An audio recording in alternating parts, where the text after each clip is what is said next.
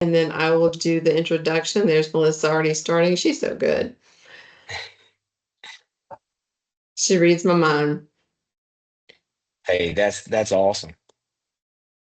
All right. I think on your okay, you did you do that intentionally, Taylor? Okay, there you go.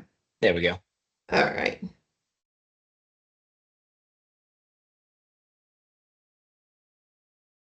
So we're ready for summer conference. We're ready for it to be over, but that's just us. I totally understand. All right, I have straight up 12 o'clock. So thank you for joining us for our succession planning, what the best health systems do and what you can start today. I'm Michelle Smith. I'm the Director of Education and Quality Program Manager here at the Hospital Association. Just a couple of housekeeping things. We are recording this session. You will get the session recording and the slide deck afterwards. That will come from Melissa, and it will have the link to the evaluation. If you're going for continuing education credit, make sure you do the evaluation and download your certificate. That's our standard spiel on that. If you have any questions as we go through the day or the hour, please put that in the chat box. We will hold them till the end and then answer them up at the end. So with that, I'm going to have the privilege of introducing Taylor Catano. He's the founder and CEO of the Catano Group. He's nationally recognized healthcare executive, entrepreneur, and rural health strategist, and founder of and CEO of the Catano Group, a healthcare advisory and operating firm serving organizations across 40 states. And he's well engrossed into our state. I think he said he spent 18 hours on the road in our state yesterday. So he's Sure did. well versed in all things. He's also a former critical care nurse and brings that frontline insight into the operational, financial, and regulatory challenges facing healthcare systems. And I'll say that, succession planning, we've witnessed it here at LHA. As a need, and it's continually popped up on our needs assessment. So I reached out to Taylor, and we are very excited to hear what he has to say and thankful that he had this opportunity to share with you today. So with that, Taylor, I will turn it over to you. Thank you so much, my friend. Well, again, my name is Taylor Catano. I am the founder of the Catano Group, and it's a pleasure to be presenting this topic today. First off, when the LHA reached out to us about this, it's been on the mind of a lot of folks that we've worked with. We've gotten questions about it.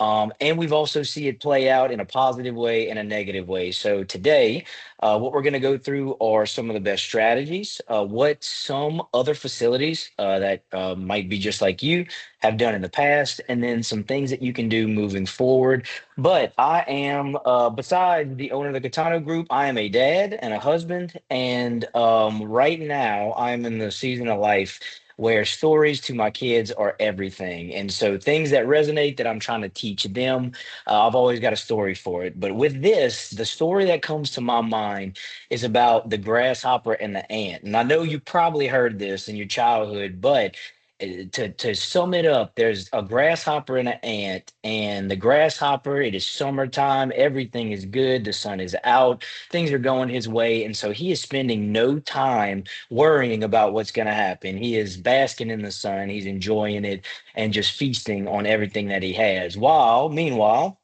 the ant is working steadily, getting food, getting his shelter built, and getting it back to his home. And the grasshopper is laughing. And why are you working so hard? Come on out here, enjoy the good sun, enjoy the food that we have. But the ant said, look, winter is coming, and I want to be prepared. I want to have enough food. I want to have enough shelter. Well, grasshopper just ignored him because everything was going good, right? The winter came, the fields got bare, there was no food, and grasshopper had no food or no shelter and was miserable, was not in a good place. But meanwhile, the ant was comfy. He had plenty of food for the winter. He had shelter for the winter. And really, the lesson here is that, the time to prepare for hard seasons is during the good one. So look, so your organization might be in a very good season right now. Everything might be going smooth. You might have all your positions filled, but always know that winter is coming. You will have folks that transition out, whether unplanned or planned. And I think, to some, what the story means to me is that succession planning is literally hauling the grain before the field goes bare. So with that, we'll go on to this. So here's the deal. Louisiana hospitals, we are one resignation away from a crisis. And I got a few stats just to kind of put it into perspective. 73 of hospitals, when polled, do not have a formal succession plan in place. Might have talked about it, but if it was down on paper, it's not there. 73%. An average cost of one unplanned executive search just to find either CEO, CNO, CFO is around $40,000. And the window before you've got regulatory exposure, especially if you lose your CNO, is right at 60 days. So a lot of things that fall on that CNO shoulder when it comes to CMS or the state or your accrediting body. And that 60-day window can really cause some havoc. So when a CEO, CNO, or CFO leaves without a plan, the consequence goes way beyond just them missing. Surveys don't stop. Staff start losing trust if they don't have a leader. And then the community that depended on these folks, the trust starts eroding until that is fixed. Okay, why are the stakes high in rural Louisiana? Okay, so most of our hospitals, whether they be rural or whether they be critical access, they have a very thin leadership bench. There's about 3 to 5 people in the leadership team. And if you lose one of those folks, it's about 20 to 33% of your leadership team that is gone instantly. Community dependence. Here's the thing. These are the forward-facing folks in our community. They go to the town hall meetings. They're there for the school events. They're there. They know the banks. They know every business in town is going to know who the hospital CEO and CNO are most times. And with this, the community depends on them and trusts them. Regulatory scrutiny. Your survey cycle is not going to stop. CMS is going to come. Joint Commission is going to come. The state's going to come. They don't pause just because you lose somebody. And especially if you don't have somebody that is learning some of the things that are in the CEO, CNO, or CFO's head, that knowledge gets lost. And some of those questions that they answer can't be answered, which then leads to deficiency. And then recruitment difficulty. Not only I know the conversation has been around providers, but finding leaders in rural Louisiana, I mean, on average, takes about 6 to 9 months if you don't have somebody in place, if you can even find somebody. So without a pipeline, that gap grows every week until you find somebody. So the three roles I want to touch on that keep me up at night or can have a huge impact on the facility are the CEO, the CNO, and the CFO. Now, look, I'm just focusing on these because there's a huge impact that I have seen personally whenever these roles exit unexpectedly. But you've got a bunch of different department directors or a bunch of different positions that they can have equal or greater effect. But I want to focus on these because I think that a good start is to look at these three positions. So let's talk about the CEO. Okay. Let's start with the average. Average time to fill a rural hospital CEO is about 6 to 9 months. That is for the search to start, the board to make a decision, for onboarding to start. It's around 6 to 9 months. Now, what is this? What is the vacancy trigger? Number one, your board governance gap. So your CEO is usually the forward-facing primary operational interface with the board. They're reporting the financials to the board, they're reporting what's going on. And without a CEO, nobody else can fill that gap. You're missing the reports that go to your board. So that's a huge piece. CMS accountability, again, you have to have a named administrator, and a vacancy in that position triggers a reportable event. You've got to let your regulators know, your CMS, your joint commissions, or your states, or whatever accrediting body you use. You've got to let them know of the vacancy. When it comes to instability of staff, literally the number one driver of voluntary turnover among nurses and department managers is when they lose leadership. And I know I've heard it. You've probably heard it a few times is, oh, look, if you leave, then I'm leaving too. And if that's department directors or if that's frontline staff, with that leadership and that trust that they've built, you could not only be out of a CEO, you could be out of a whole lot more of your clinical staff or those department positions. And then of course, financial exposure. The CEO is the relationship for a lot of the contracts that you have. They are over your payroll vendors, over your any vendors or any bank relationships. The signatory is usually on the CEO. and they've got signing authority granted to them by the board. So a gap in that, who's going to be signing those things? So that's things to think about. But three immediate risks, that I would say are the biggest thing in week one: you lost your board confidence and reporting to your board, staff departure. If they've really built trust in the CEO, you'll start seeing staff leave. And then you've got your reporting gaps, your loss of designations, your CMS reportables, any of those things that can come within a quarter or 2 quarters, it can be an issue. Now let's talk about the clinical side, your CNO or your director of nursing, the clinical background. So I'll start with the CMS reg that we all fall under, nursing services. You have to have a qualified RN to supervise and evaluate nursing care at all times. You absolutely have to have that. That's even in the licensure standards for LDH. So let's talk about when we lose our CNO, what does it look like? So immediately, your CNO's role is really to oversee a lot of these departments that clinical care touches. Whenever you lose a CNO, maybe some of that knowledge base, the answers to those questions, or any reporting, how it was done, the backbones behind the reporting, the vacancy can immediately create a deficiency that either CMS or an accrediting body can find. Nurse staff turnover again. RN vacancy rates spike an average of 18 to 22% within 90 days of an unplanned CNO departure. Whether it's a positive, a negative departure, you're looking at losing clinical staff that you've got to have on the floor taking care of your patients or in the clinic taking care of your patients. So that's something to note. Your quality and safety programs, again, your CNO is involved in so many different things. And without that direction and leadership, some of those programs can kind of go off the rails. And then reporting. Your CNO, most CNO or director of nursings, they have the accesses to the NHSNs, all the reporting platforms that take time to get, number one, access. But then number two is, if we don't have our pathways on how to report those different things, we can then be out from that regulatory perspective as well. So to go to what surveyors are looking for, you got to have a qualified CNO. You have to have oversight of your nursing. Current nursing policies are approved. The quality program is functioning, and the infection control program is functioning.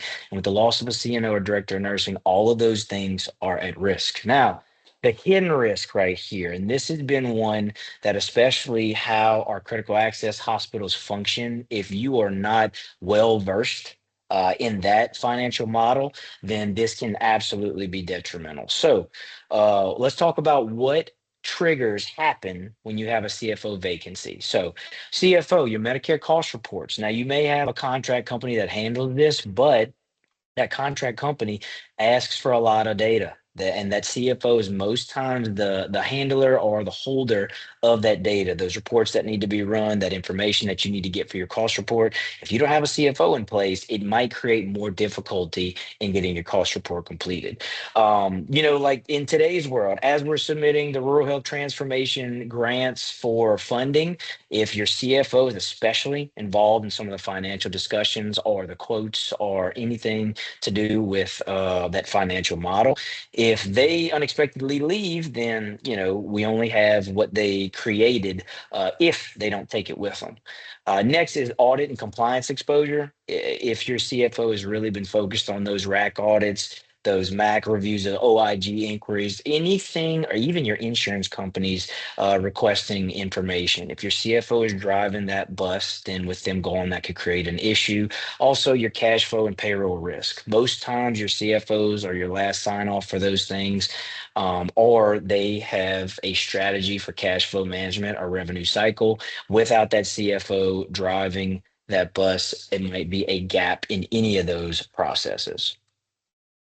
Okay, so we talked about the bad. Now let's talk about some strategies and some things that you'll leave with today. Okay, so number one, I want you to have a clear picture of your risk. And I think going through those three slides, we talked about a lot of risks, especially when it comes to the specific leadership position.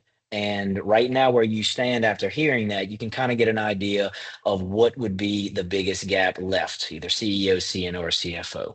A proven model you can implement. So the best way for me to explain some good strategies are to tell you what's worked. for other folks. And the fourth one we have is one that's I've got to really know well, but is a great example of successful succession planning very close to home. So something that's happened in our state. And then the last, a first step that you can take tomorrow. So again, the great thing about this is a lot of folks in Louisiana are working for facilities. Most times I've thought about this. It's just not down on a piece of paper or on a document. And there are things that I want to encourage you to do. You can do it this afternoon if you want to, that you can take those first steps in your succession planning process.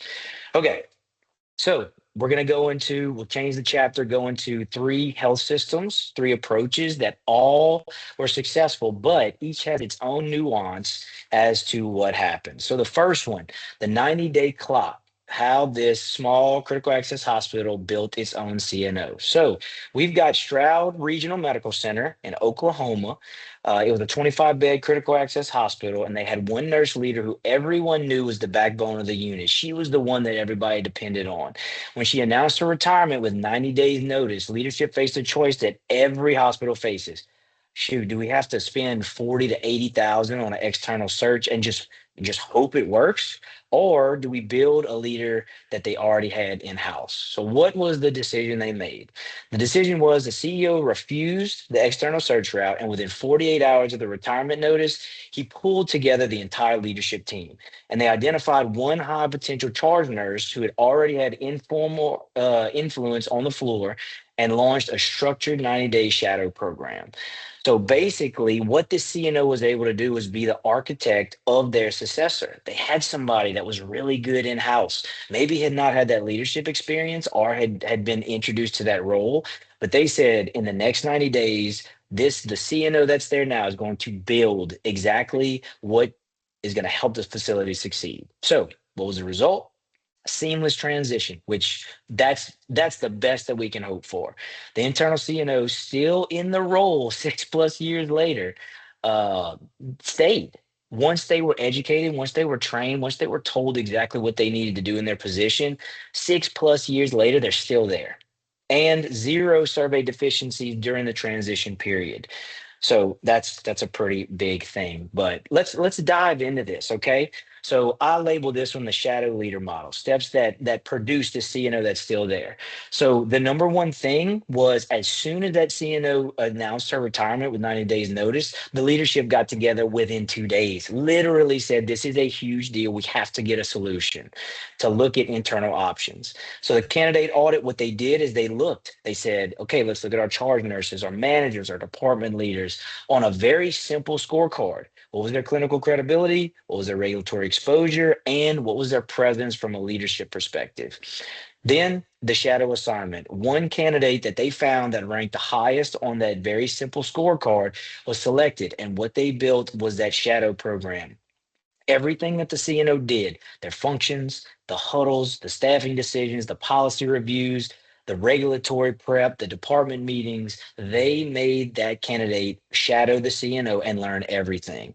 The regulatory stretch. So the candidate was then, the CNO assigned them as the co-lead for their upcoming Joint Commission mock survey. So now the pressure is on that candidate to have, to take care of this mock and to go through that and to learn through the process. So accountability was put on them, a real deliverable, whether successful or not successful, was put on them and under active mentorship. So she always had that CNO that she could go back to ask those questions. So she wasn't just hung out there to figure it out. She had a resource.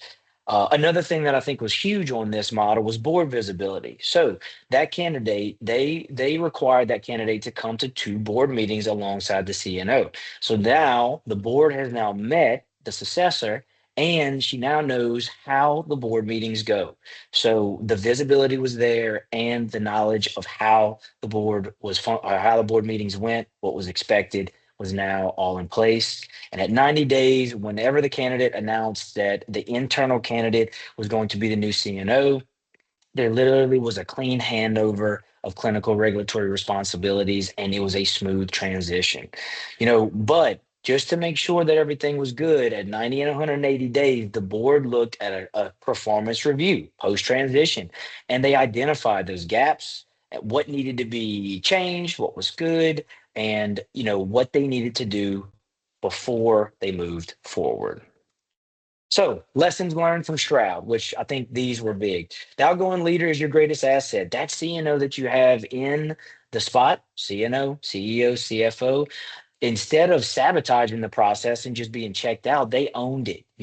Their incumbent, they found that incumbent by doing a good review, and then they structured it to where they had the best success or best chance of moving forward in a positive way.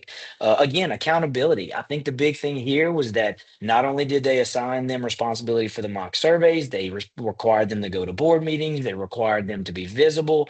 All of those things now were their responsibilities, and especially with the regulatory prep, I mean, that was on them for their success, their facility's success. So that accountability kind of really put the fire to seeing if that was the right person. And then again, the board, the visibility with the board. It wasn't just somebody brand new going to a board meeting and being like, "Hey, this is our new person." They had been there multiple times. They understood what needed to be support or what needed to be reported, and they didn't hide anything. It was very visible as to what was going to change, and the transition happened smoothly. So, really cool story that I think if you've got internal candidates that are really, making an impact, they're taking on other responsibilities, they've always been there, they've answered the call, they've got good relationships with your teams. I think that's a good place to start, is really thinking if a mentorship program, a shadow program would work for them to step up to take that CEO, CNO, or CFO position. All right. Real world example number two, we've got Essentia Health in Minnesota and Wisconsin. So, Essentia Health, what or who are they? They own multiple hospitals across rural Minnesota and Wisconsin.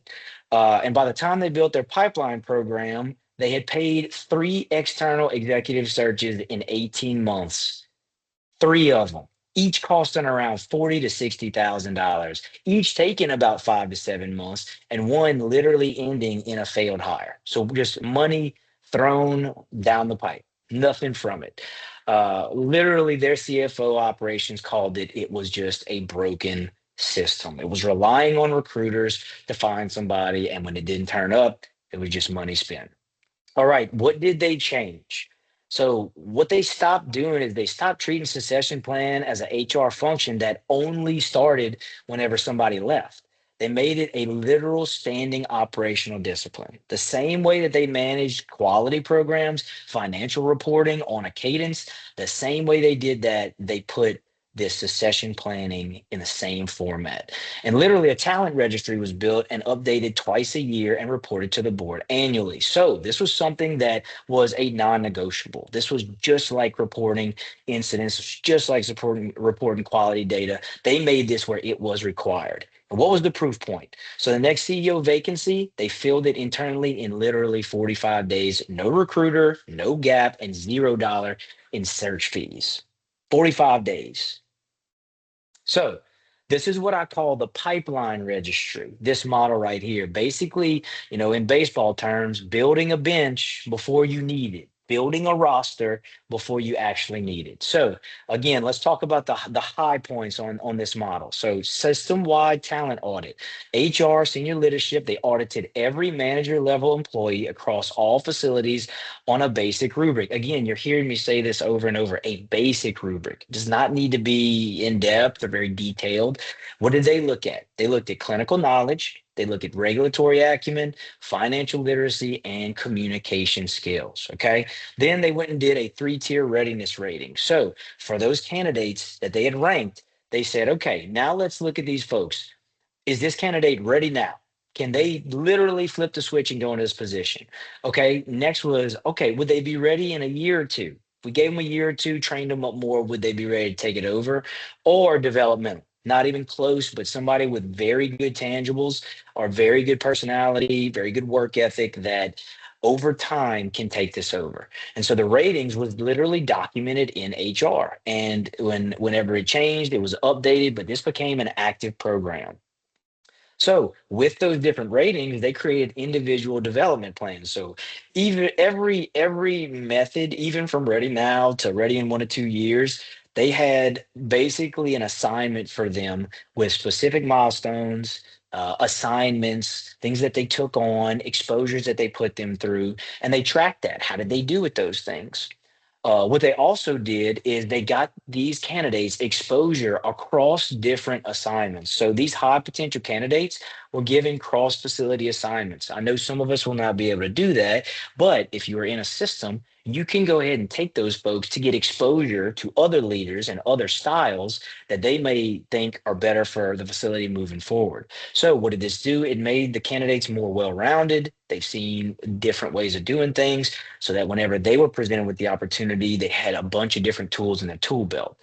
Registry free first vacancy protocol. So, when a vacancy happened now, instead of just throwing money at a search, the first action was to go back to the registry before getting the external search.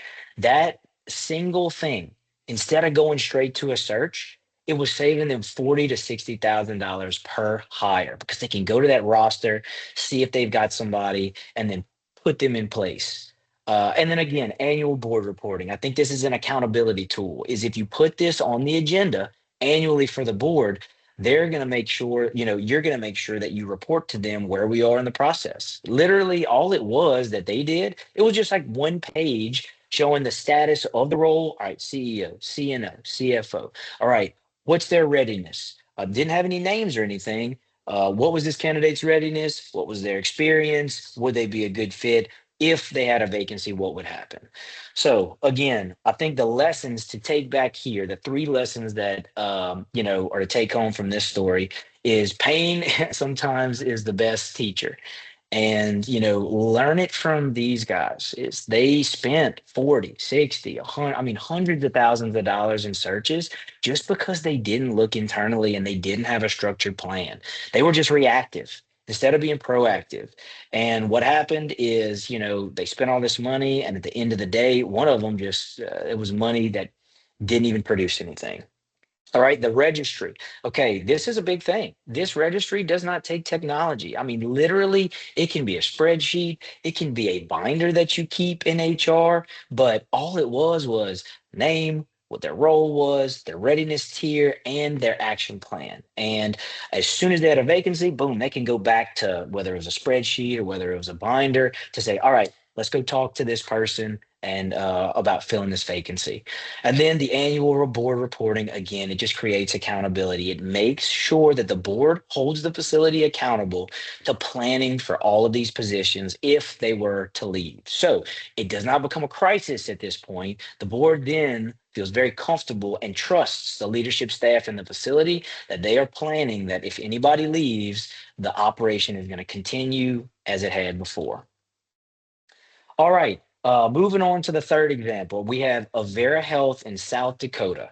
So Avera Health, when they looked at this is the 72-hour standard closing the gap that kills hospitals. So what they did a retroactive analysis across their entire network, and they found a very consistent pattern.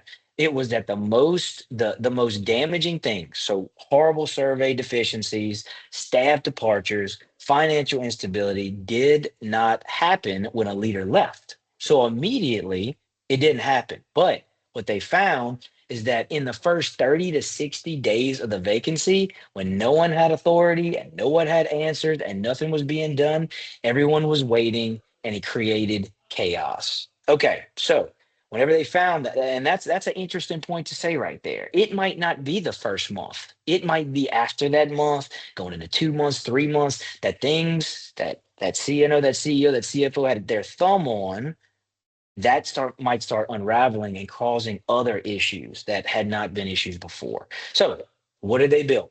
A standing bench of pre-credentialed interim executives, vetted, trained on Avera systems under contract. So again, a very different model. They just had these folks who were executives before that could step in at a minute's notice whenever they had a vacancy and take over under contract.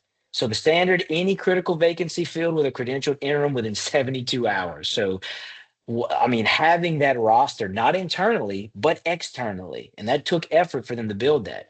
So while the interim stabilized the operations, the permanent search ran in parallel with one critical addition. The interim that they had found was always evaluated as a permanent candidate.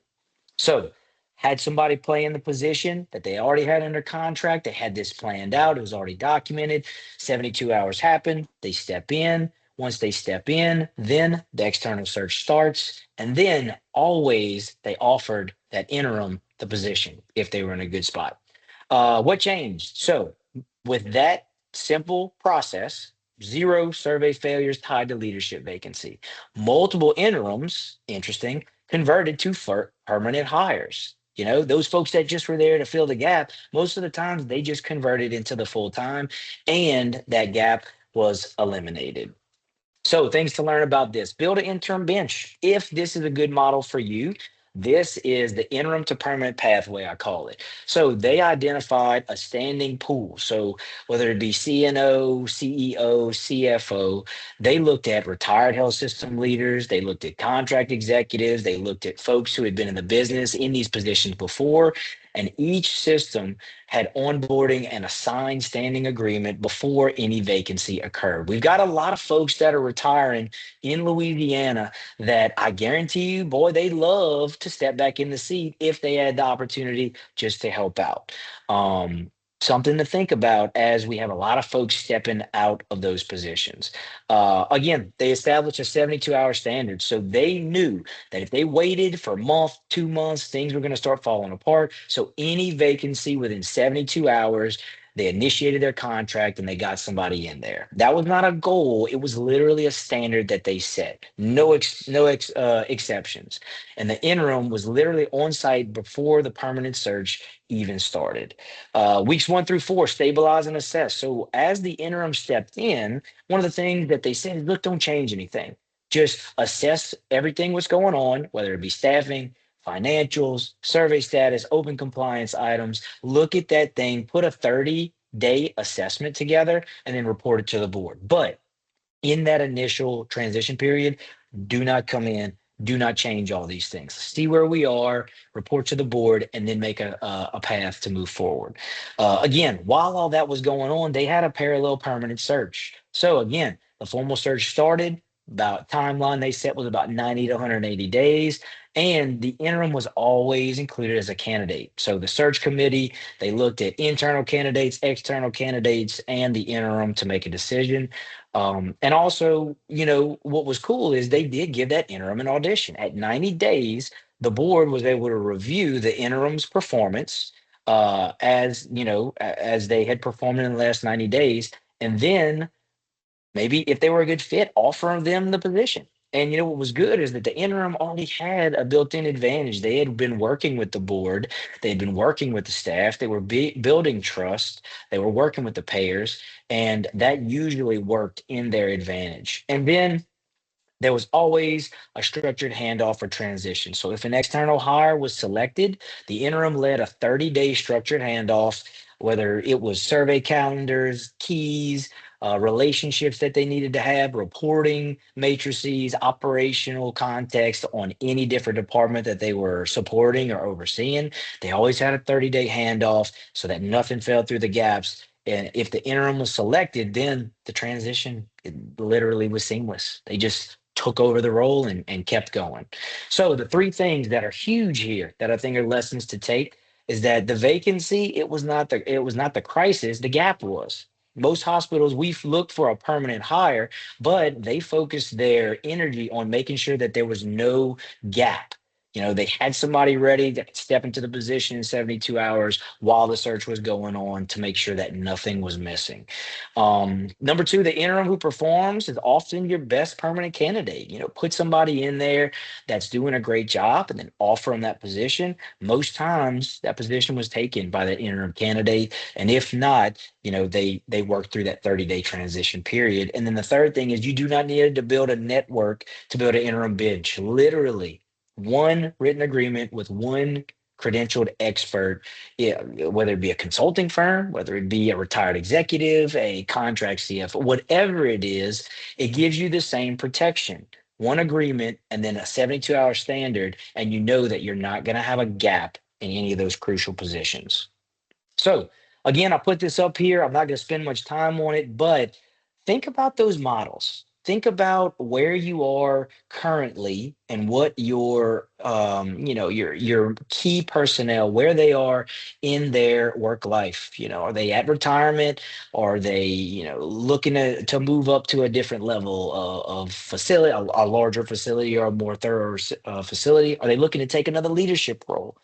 Look at all those positions in your facility and which one of these models, again, it's not a one size fits all, but which one of these models fits you?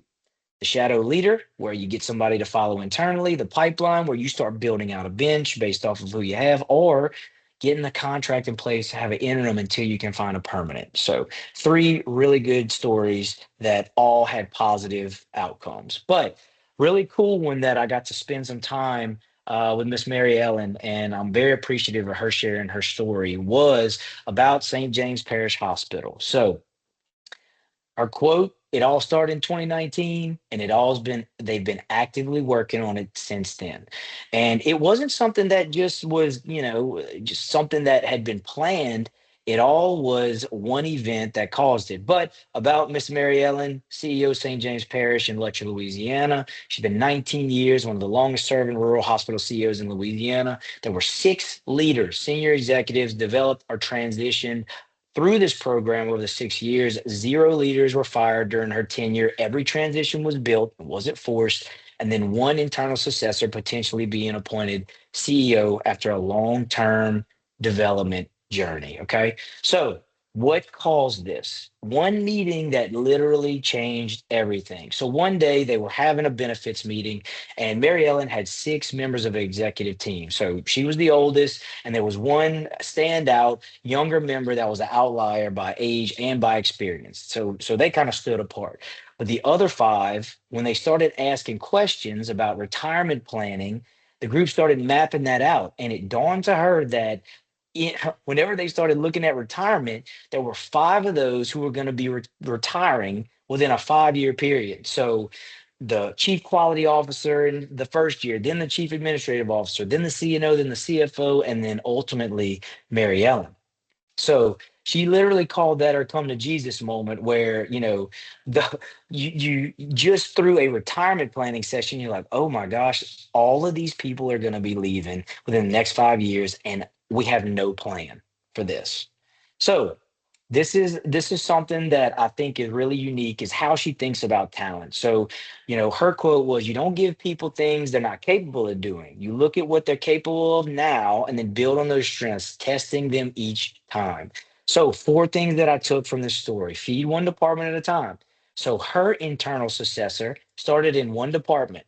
Over nearly 2 decades, every additional responsibility was earned. It was not it was not given to them. It was assigned to them. So technology first, then operations, and one by one, each edition was a test. How are they doing? Can they do this? Pass it, then you get another one. So it's a test the entire time. Never automatically fill a vacancy. So when her chief administrative officer retired, she didn't post for the job. She abolished the role completely and redistributed the departments, which, I mean, a very interesting take. But sometimes you don't need to fill those positions. So the clinics were given to our CNO successor, physician recruitment, she took on, and she calls it plate balance. So, one of the things that I thought was interesting is every time that you have somebody leave in some of these positions that you have, reassess if you need to bring somebody in for that, or if that's something that you've got really strong candidates internally that you can spread that out. What we had years ago might not be what you need today as we streamline. The fire in the belly is the signal. So, if a leader is nervous about a responsibility, that's not a warning sign. That's literally the whole point. And she believes that discomfort means stretching, and stretching means growing. And she borrowed that from Lance Armstrong, where he said, pain's not a limitation, it's evidence that you're getting stronger. So, as you put these people through challenges, these leaders through challenges, does that fire them up or do they shrink up? And it's a very good litmus test as to what if they're going to be a good fit. And then also the last thing was invest in education or just accept stagnation. So what she did is she funded AHA fellowship programs. She got scholarships. She sent staff to NRHA certification programs. and she held the line on the education budget even in the tight years. And she said, if someone comes back from a conference and says, we're already doing everything right, then that's not the person you want to grow with. You want somebody fired up whenever they go to a national conference or wherever it might be, to be searching for something that they can bring back to take to the organization. Okay. Another part that I wanted to mention in this is, and some of you might have it, you might have very insecure leaders that, they literally are resistant against anybody that you have in house to take their position because, they're just not good enough or they just can't do it. So what she faced was the problem was the outgoing CNO was very threatened by the quality director who they had appointed as the internal successor. Um, so from the day the quality director arrived, the CNO was very defensive, dismissive, was hostile, and literally a direct conversation between the two of them, if Mary Ellen had put them in a room, could have derailed everything. So over the next 4 to 6 months, what had happened is she started talking to her CNO to research how other CNOs structured quality and nursing together. She kind of planted the idea repeatedly that we want to see how these two can work together. How can you be synergistic, and how can you work together? Never suggesting that she was going to take over the position, but basically framing it as let the CNO go find it and then present it, and that'd be something we work on. Well, simultaneously, she was coaching the quality director to say, hey, you really need to build a relationship with the CNO. Figure out what's going on. You go work with her. You help her. You go build that trust now.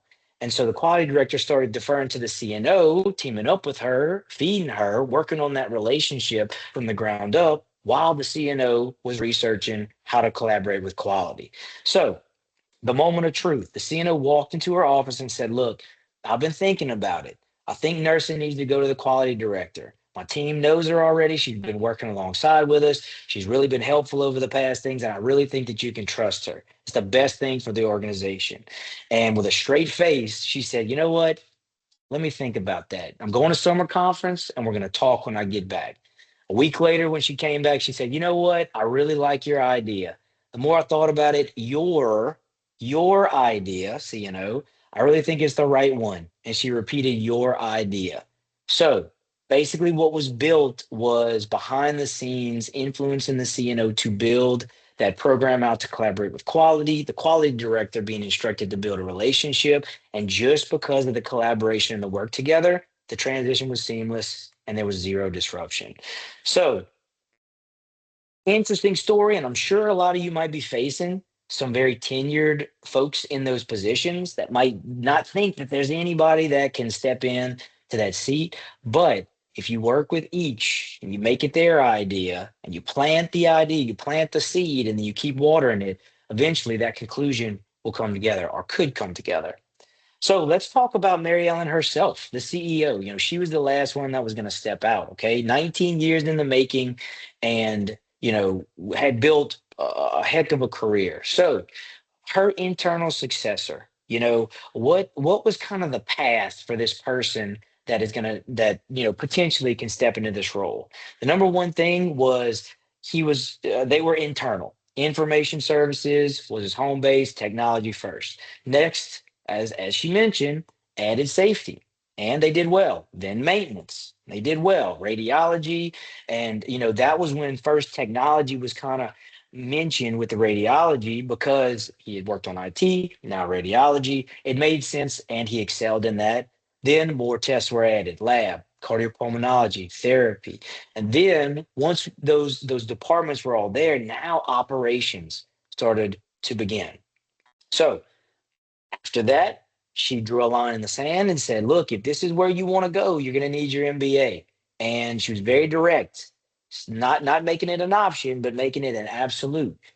Also, throughout the entire process, she brought this person to every LHA event, every AHA event, every Washington advocacy meeting over the years. And so, before this person knew it, they had grown a network with everybody in the state, kind of new familiar faces, and was somebody that was in the room no matter what it was. Again, As we got closer, an ACHE fellow in progress, board visible, and already known by everybody in the facility and across Louisiana. Now, where they are currently, they're working on the biggest piece that is a relationship game, and it's physician recruitment.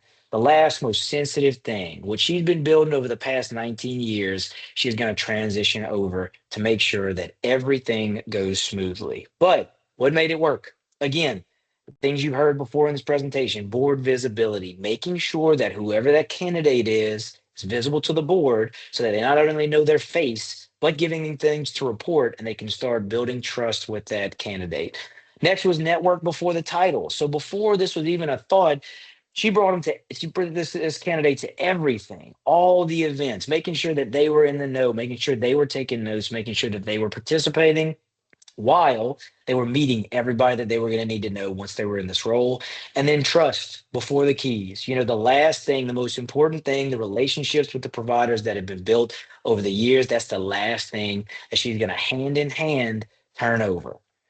Which could be a huge benefit or a huge detriment, but doing it this way gives them a huge strategic advantage to continue those relationships. So again, love this story, and I think that there's 5 things that we can take from this is count your exits now, sit down with your retirement plan and map out every senior leader that hits the defined benefit day. Do the math. I mean, that's just looking at the benefits will tell you who's going to literally be leaving your facility. Every vacancy is a reorganization. Don't automatically fill a position. You might not need it. And it might be something to where you can transition whatever those roles are onto another leader.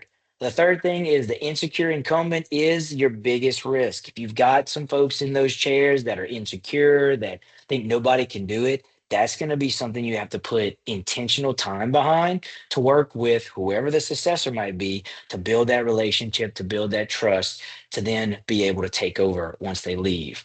Also, whoever is the successor, get them involved, bring them to LHA events, send them to educational conferences, those kind of relationships that they can build now, not only will it be good whenever they step into the seat and they're figuring out what they need to do, but also they'll have people to call, people who are already working in the position that they can go ask a quick question to. Hey, what are you doing with this?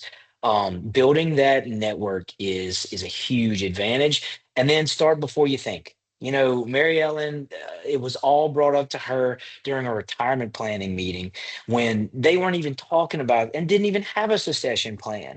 But taking action and getting something in place was what allowed them to make sure that the succession was done right. And I think that she's transitioning out, I think, this year, and I think she's already chosen that internal successor to take over, and I'm sure that they're going to do a great job. So from example to action, what it means for you. Okay, I know that was a lot of information, but I wanted to tell you stories about folks who had done it the right way. Okay, so now we're talking about you, your facility, what you can do. Okay, the first thing, you already have a succession plan, you just need to write it down. So probably each and every one of you have, or whatever the position is, they already have somebody in their mind like, they would probably be a good fit to step into my chair. Whoever that person is, take a piece of paper, write it down. Write that person's name down, and you have started your succession planning journey. Just writing it down, okay? So, what you have right now, you've got informal knowledge about who could cover if you were to leave or if that position was to lead. Good people in the leadership roles right now that can help you figure this out. And then you've got kind of a sense of who's ready and probably, if it's the second in line, probably who's not a good fit. So what you need to add are number one, writing them down. I would recommend you start, kind of like some of these stories, get some profiles, get a very basic assessment that you can put together. And then look, assess those folks based off of that rubric. Next thing is structure. Define your readiness tiers. Is this person ready to go now? Would it take a couple years, or they're not even close? We need to develop them. Then you know what efforts you're going to have to put forward. And then board adoption, a formal policy on succession planning. I think this is something that most folks we work with are lacking. They do not have a formal succession plan or a policy on succession planning that's been adopted by the board. But once it's adopted by the board, now you've got that accountability piece. Takeaway number two, I think one of the biggest one of the biggest things that's overlooked is the financial risk, is the CFO position. I think this is one, especially in our critical access hospitals who have a very different financial model than a rural PPO or our large acute care hospitals.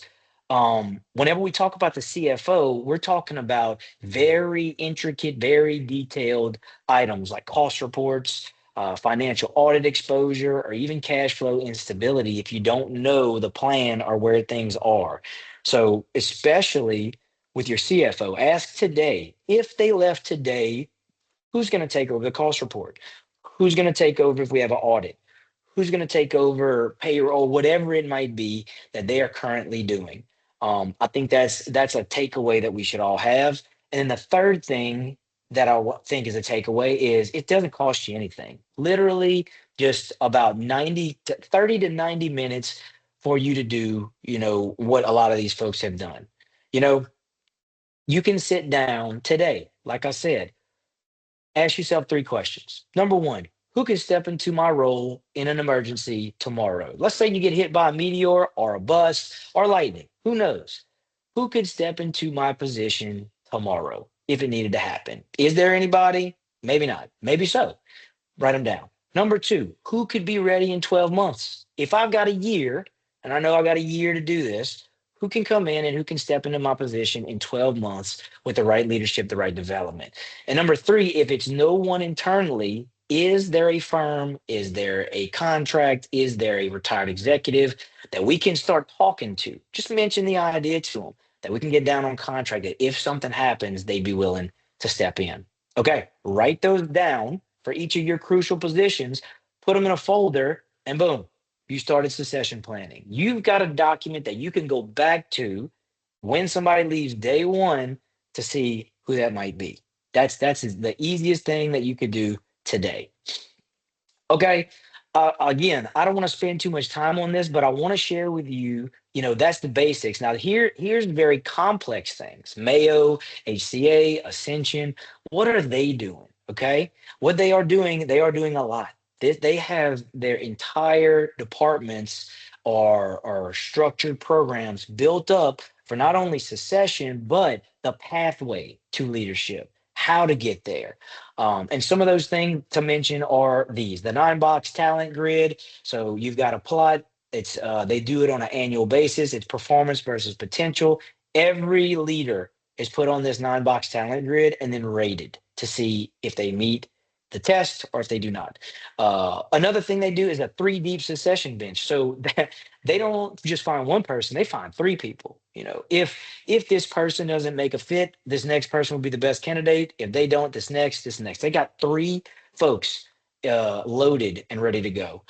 Then the board governance committee owns the CEO succession as a standing item, not the CEO alone. Their boards have it on their agenda to discuss succession planning, to discuss candidates, to discuss search firms, to discuss contracts. They are doing this as a board function. Another thing is a high potential program. So not only talking about having a plan, but what are we doing to build out these leaders? So they take the top 5 to 10% of their leaders, put them in a 12 to 24 month development track, CEO in training, CNO in training, CFO in training, and they get them that real world experience so that they can step in at a minute's notice. Then at the end of the day, they do the risk registries, annual review. They ask, okay, looking at all these things on our grid, who is the one that would hurt the most if they left? And then they focus their priority there.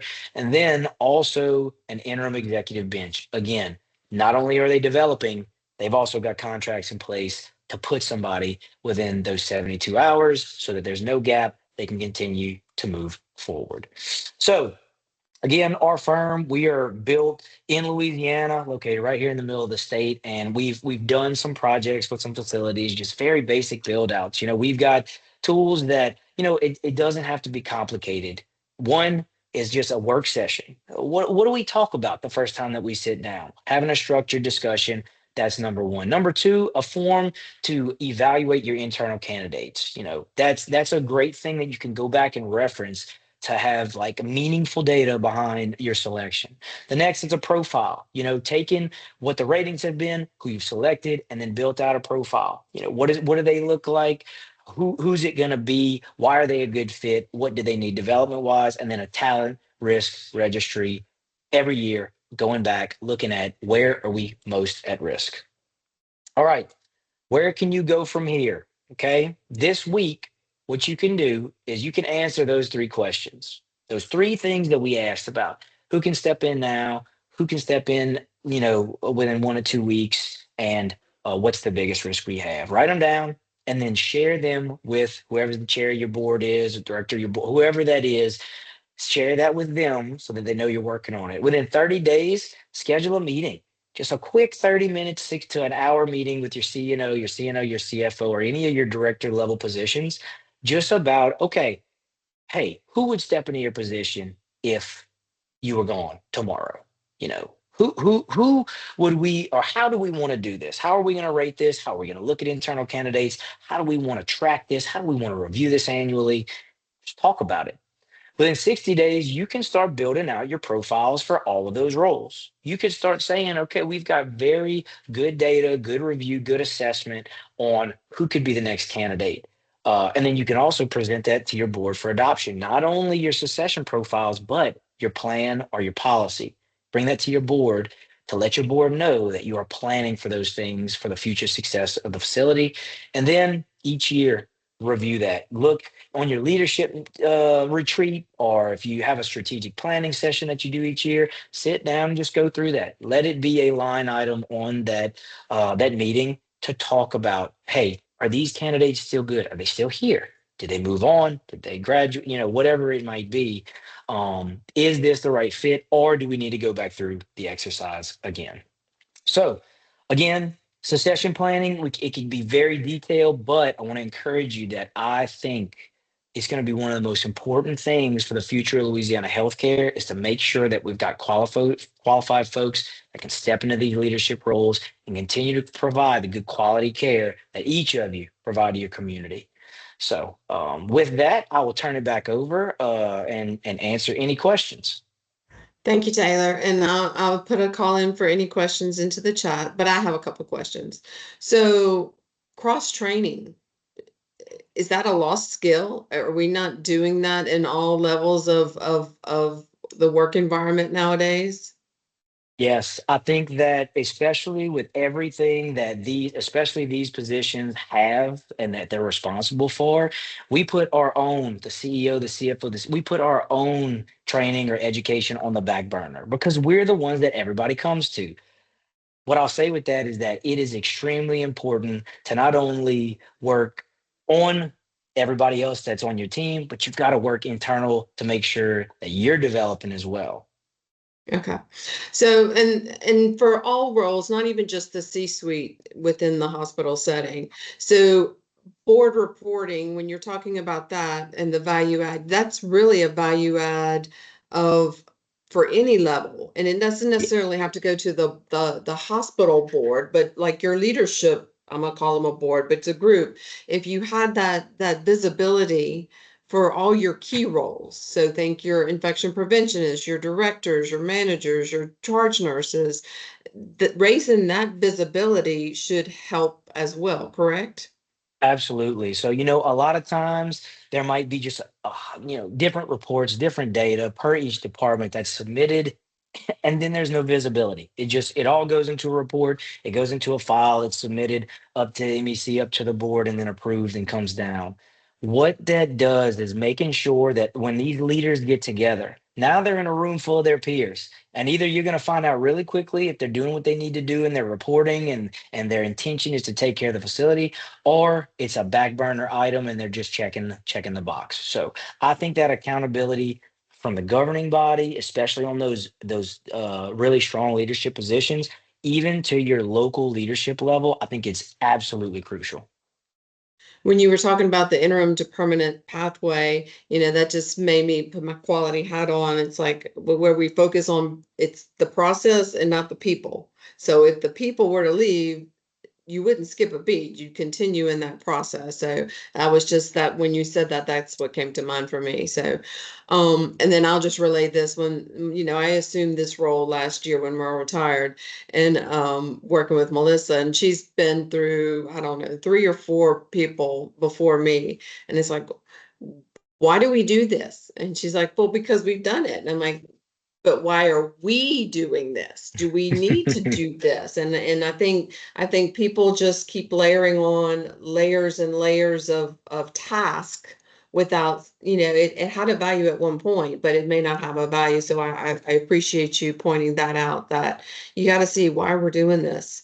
And if we don't need to do it, then we stop doing it and free up some time for everybody. I agree. Not only do we hate to hear it, but your regulators hate to hear. That's just how we've always done it. Why? Is especially through those transitions, or as you've got somebody coming in the ranks, explain to them why you do the things you do, what the purpose is, and let them figure out, is there a better way to do that? Because at the Yeah. end of the day, the worst transition is somebody who's just dropped into a role, given a shelf full of binders and saying, all right, here you go, figure it out. Yeah. They're set up to fail. Yeah, they are set up for fail. Well, some people had 1 o'clock meetings, so they scooted. So, but I do want to thank you, and for our people that join me in thanking Taylor for his time. I appreciate it. We will share the recording. If you have any questions that come up afterwards and you've digested, because there was a lot of information, a lot of cool stories actually. Let me know, and we'll get you in touch with Taylor. We appreciate it. Thank y'all so much. Thank you.